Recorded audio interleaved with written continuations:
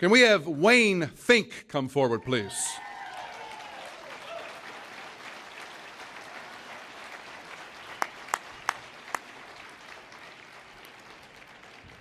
Wayne Finck enters the Nova Scotia Sport Hall of Fame tonight as a builder, but this Halifax man, known in local lacrosse circles as the godfather of lacrosse, could enter as an athlete for a stellar playing career he had through the 60s and 70s. Before we target his building accomplishments, let us tell you how he discovered lacrosse at the age of 18. That was in 1969. He was good enough right away to be part of the province's Canada Games team, playing in the inaugural Summer Games in Halifax. He was on the provincial team at Junior B Nationals in 1970 and 1971, and then played senior lacrosse for the province in 1973, the first of his 9 appearances at Nationals. Twice, he won All-Star honors. Only 6 years after he took up the game that many professionals had been playing since they were youngsters, he joined the Montreal Québécois of the National Lacrosse League, scoring 41 points in 37 games, another 20 in 13 playoff games. Mike Lalonde, who's been involved in lacrosse with Wayne for much of the last decade, says his good friends started playing the game in the late 1960s. He would have been 17 or so. And for a lacrosse player, that's, you know, you're getting up in years there. Today, they start when you're 6, 7 years old. I think the really tremendous accomplishment of him as a player was that within 5 years of him starting, he was playing professional lacrosse. And that's a major accomplishment in any sport, to be playing such a short period of time and then reach professional status. Bill McBain of the Kelowna, BC Canadian Lacrosse Association coaching chair writes, and this is a quote, "I have never worked with an athlete, then or since, who has demonstrated the work ethic to lacrosse that Wayne has in a sport played primarily by amateurs." Rick Gautreau of Halifax, a member of Nova Scotia's Canada Games lacrosse team in 1973, says the first time he saw Wayne play was in 1969. Here's another quote. He says, "He was already the best player on the team, and he had just taken up the game. He played for a team called the Halifax Generals, and Wayne was a general on the floor." Rick calls Wayne a class player who dominated silently. After a game, you'd realize he had 3 goals, 6 assists, and stripped the ball from 4 guys. That was Wayne, the athlete. Now for Wayne, the builder. Even while he was learning the game and improving his ability, he coached minor lacrosse, taking a Pee-wee team to nationals in 1971. A year later, he led a team of midget-age players to Ontario to play top competition. By the mid-1970s, he became coach of the senior men's teams with which he played. After he earned his physical education degree at Dal and started teaching in the Halifax system, Wayne coached junior high school teams. When he switched to elementary school phys ed programs, he coached at that level.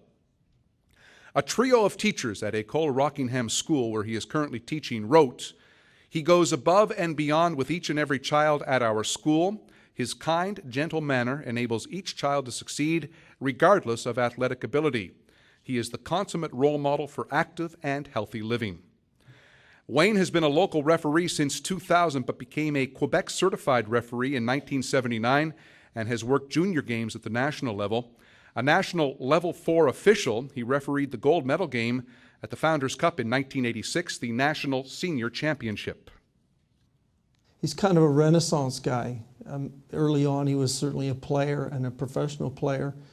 Later on, a coach, an administrator, a sponsor, a businessman. He ran a lacrosse store here for many years. Now he's the elder statesman. In 2003, the Canadian Lacrosse Association appointed Wayne head coach of Canada's men's and women's teams for the World Interlacrosse Championship held in Quebec. The women won silver, the men bronze.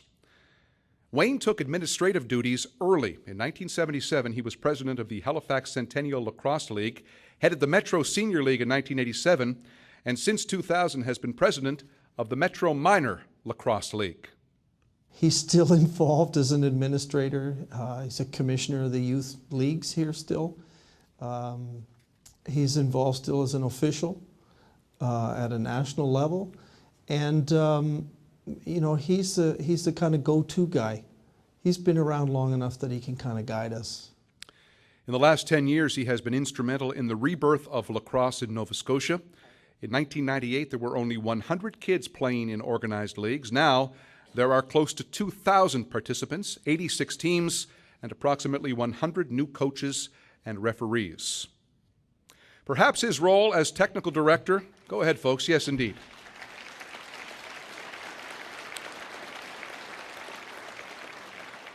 Perhaps his role as technical director of Lacrosse Nova Scotia, a position he's held since 1995, has had something to do with that. He's also been the organization's vice president and treasurer through the years, and since 1998 has been the Nova Scotia coaching representative for the Canadian Lacrosse Association.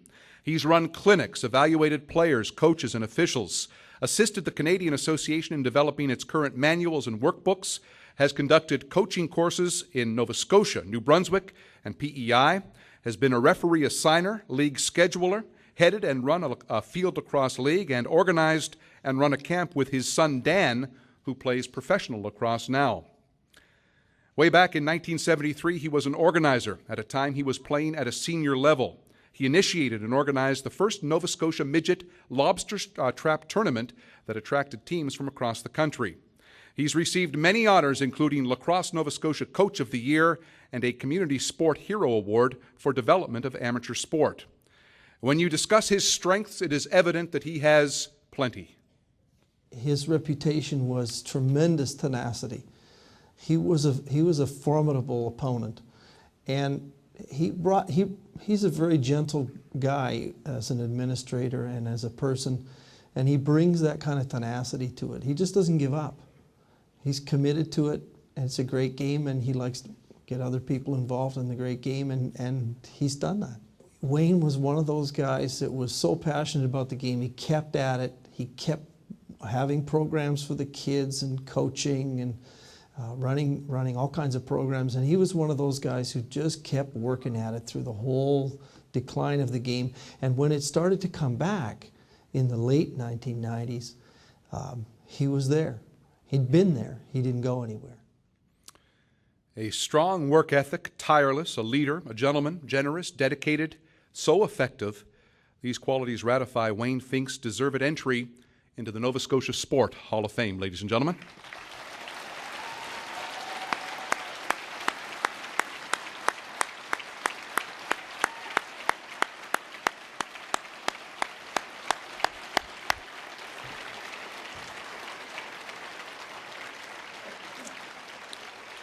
Our presenters are Brad Burrell of Tel Aviv, and to present the pin, we'll call on two people on whom Wayne had a huge influence. His son Danny, who today is a pro lacrosse player, and daughter Julie, who shares time with her father as a physical education teacher in the Halifax School Board system.